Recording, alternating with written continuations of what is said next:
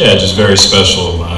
Trying to take everything in, smell the roses, but still have a task at hand. So yeah, you dream about games and moments like this. It's cool that I'm able to come back home. But yeah, obviously still a task at hand and trying to get it done. So a lot of emotions, but a lot of great emotions. So did you grow up a Dodger fan or? Yeah. Any questions for Hunter? Who's up next? Second row here. Hi Hunter, how are you doing? It's been a roller coaster for you guys since you clinched to the playoff just yesterday. Now you're hours away to start your to get on the mound in the playoff for the first time in your career.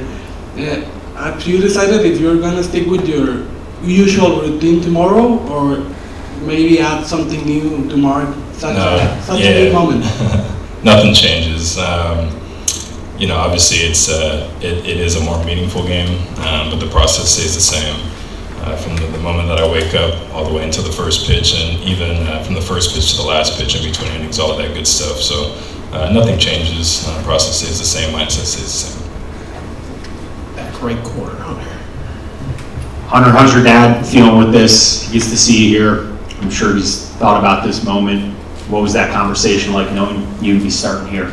Yeah, just a really proud father. I saw him last night, and my mother as well, and my brother and my sister's in college, so I didn't get to see her, but got to spend some great time with my family last night, and just a full circle moment. And he was my father was my coach from the very beginning, and has been there for every step of the way. So for him, I think his biggest thing is he's just a proud father, and he's going to be able to enjoy the game, but also I know he'll be stressing just like every other game he comes to, but all for good reason, and he's just a really proud father.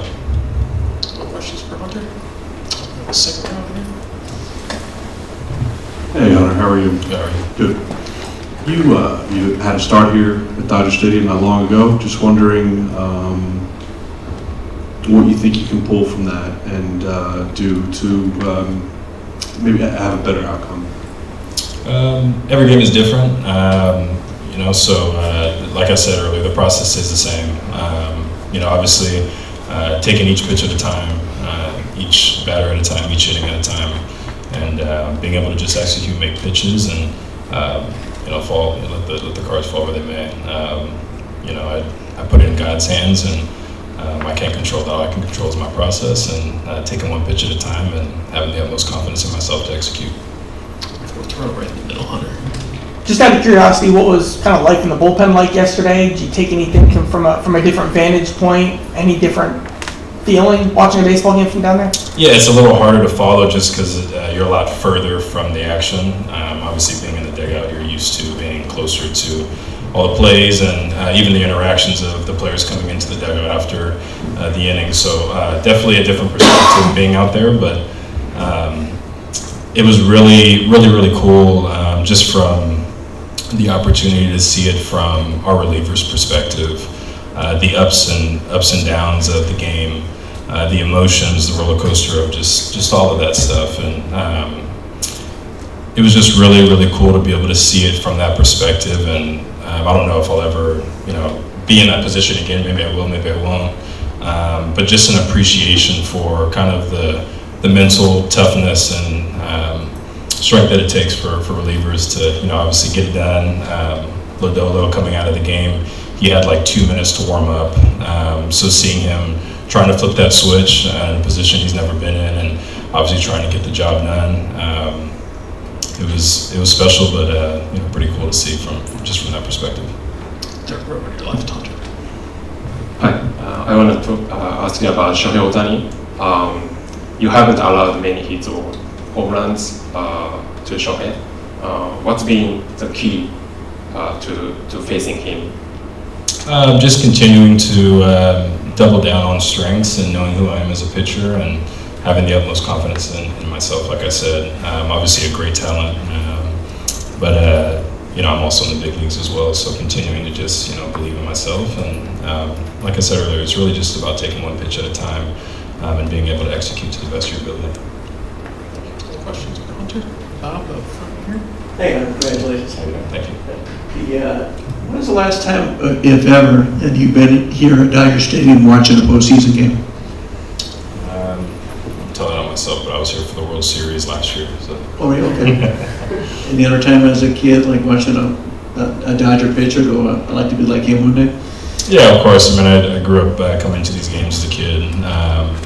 So like I said earlier, to be here, it's a full circle moment. Just really special. And I can't remember the last postseason game as a kid before becoming a professional player. I can't remember. But there were multiple nights where I got to see Gagne pitch and other great Dodger players. So just a full circle moment. Anything else, brother? Al, get you the mic. All right. What game in the World Series and were you just coming as a fan? Just MLB hosts a players suite for the World Series, and there was a lot of current and former players in that suite. So I think it was 2 and 3. I can't really remember the games, but yeah, there was a lot of us up in there and got to watch it and had a lot of fun. and have ticket requests for you been any crazier than they normally would be for a regular season start that you've made? I don't play that game. I figured that out even before I got to the big leagues, just talking to a lot of former players that I knew and had relationships with, and you can go down a pretty vicious rabbit hole when it comes to that. So I feel like I've been able to keep my distance with certain things of that nature and keep my circle small. I've always been able to manage that pretty well as my family. So yeah, nothing too crazy, just all immediate family, friends. Yeah, but I know you've been back here already during the regular season. Is it weird being back now for the playoffs? Anything you feel about being back for the postseason? Oh, no, I think I kind of got that out of the way on the first trip here, but being here, playing a lot of playoff games here, I'm excited. It's a great environment. This place is going to be rocking, so I think it'll be a good experience and a lot of fun for a lot of guys who haven't experienced this yet, and I'm just excited to kind of go to war here with the guys we got. I think you were here in 23 when the Diamondbacks was the 6th seed and they went all the way into the World Series. How dangerous can a 6th seed be when you're just coming right off the regular season, having just clinched yesterday and going right in on the wave kind of thing? Yeah, I was hurt that whole year, but just seeing it, I think we were kind of playing do or die survival games pretty much every game that leading up, like you said, into the last game of the year. So we were kind of already in playoff mode the last 2-3 weeks, where every game we needed to kind of we felt like we needed to win. So, it's whoever gets hot, and the playoffs are a crapshoot. So I think, you never know. Anyone can beat anyone on any given night. And like I said, we've been playing do or die baseball now for what feels like the last month or two. So, I think that we can use that to our advantage. Al, third row on your right, Gavin. Hey, Gavin, what stood out to you your first year playing under Terry Francona? How do you think he maybe helped you guys manage this last month? I think he just, you really feel like he genuinely cares about everybody, and he wants to see us all succeed, and it's really infectious. And he just has that kind of great energy every single day, and all he talks about is wanting to win. And I think that rubs off on everybody. And this guy's a Hall of Fame manager for a reason, and I don't know how many playoff games he's won. I'm sure it's probably more than any other active manager. I don't know if that's true or not. It probably is, but he knows what it takes to win at this time of year. And I think just being with him for a full season, he's a winner, man. That's all he wants to do. That's all he talks about, and he kind of set that culture from day one in spring training.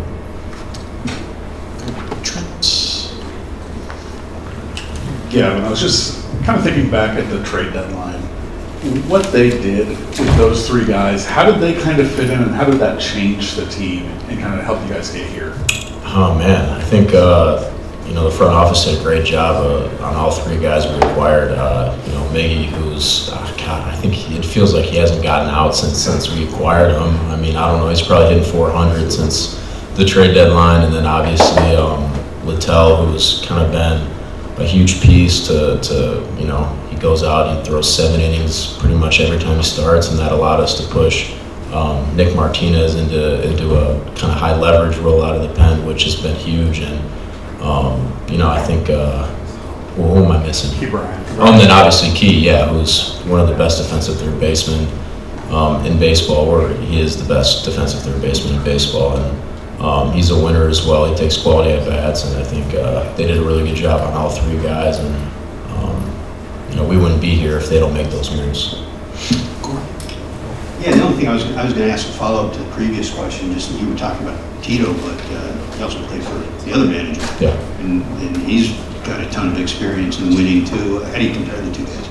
I think they're similar and different in ways. They're both really good at building clubhouse cultures, winning cultures, setting that standard from day one that that is the one goal that we all are here for. It's to try to win a World Series and win as many games as possible and get as good as we can. And I think, in that way they're very, very similar, and their personalities are definitely a little different, but also similar in some ways as well. But I think the big thing that stands out is how they both are really good at building that winning culture and setting that standard, from day one of spring training. Thank you. Gavin, Dodgers obviously took the season series off you guys, and that's not going to be totally relevant this week, but I just wonder, what from those 6 games would you kind of like to see yourself and your teammates pull from those 6 games and kind of apply here in the postseason? Yeah, I think last time we played them, they kind of caught us at a bad time. We were struggling, and we didn't really score a lot of runs. We kind of struggled offensively, and I think we're a totally different team now. The last 6 weeks, I think.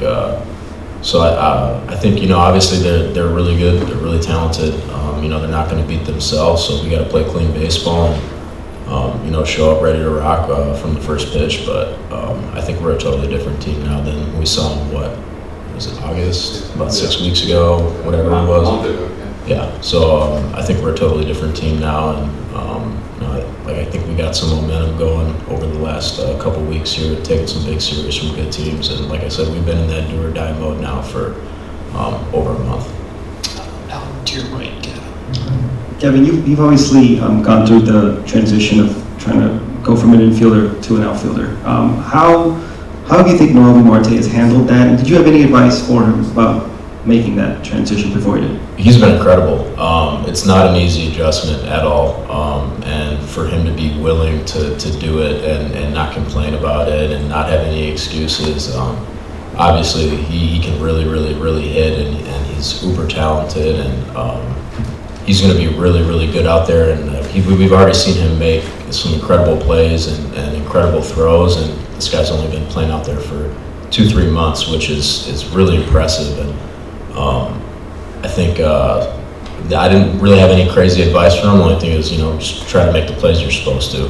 Don't put too much pressure on yourself. It's hard enough to try to learn a new position on the fly and in the big leagues to do it. He's been really impressive, and people forget he's only 23 years old, and his best days are still ahead of him. And I think I was sitting next to Val, watching him taking that bat where he worked like a 10-11 pitch at bat and ended up getting a hit the other way. And it's like, this might not be a bold prediction, but I think Noel, he's going to be an all-star next year, right fielder. And I think he's the strides he's taken this year, he's grown up, and he's just been really fun to be around every day at the clubhouse. Yeah, there's a lot of guys in that lineup that haven't been in this situation before. You have. What have you learned on how to handle this type of a moment that maybe can help some of these guys? Yeah, playoff baseball's fun, man. You gotta take it for what it is. There's a lot of really, really great players who've never had the opportunity to play in the postseason. So anytime you get to take the field out there for these big, meaningful games, you just gotta enjoy it, man, and take it in. But I think my first playoffs, Justin Turner told me, try to, that feeling when you got 4 hits and you're walking up there for your 5th one, it's like you're playing with house money, and you got that really good feeling that no one can get me out right now. And I think you try to go up there with that feeling every at bat, and just enjoy it. This is the fun part of baseball. Not a lot of guys get to experience this, so just take it in and enjoy it.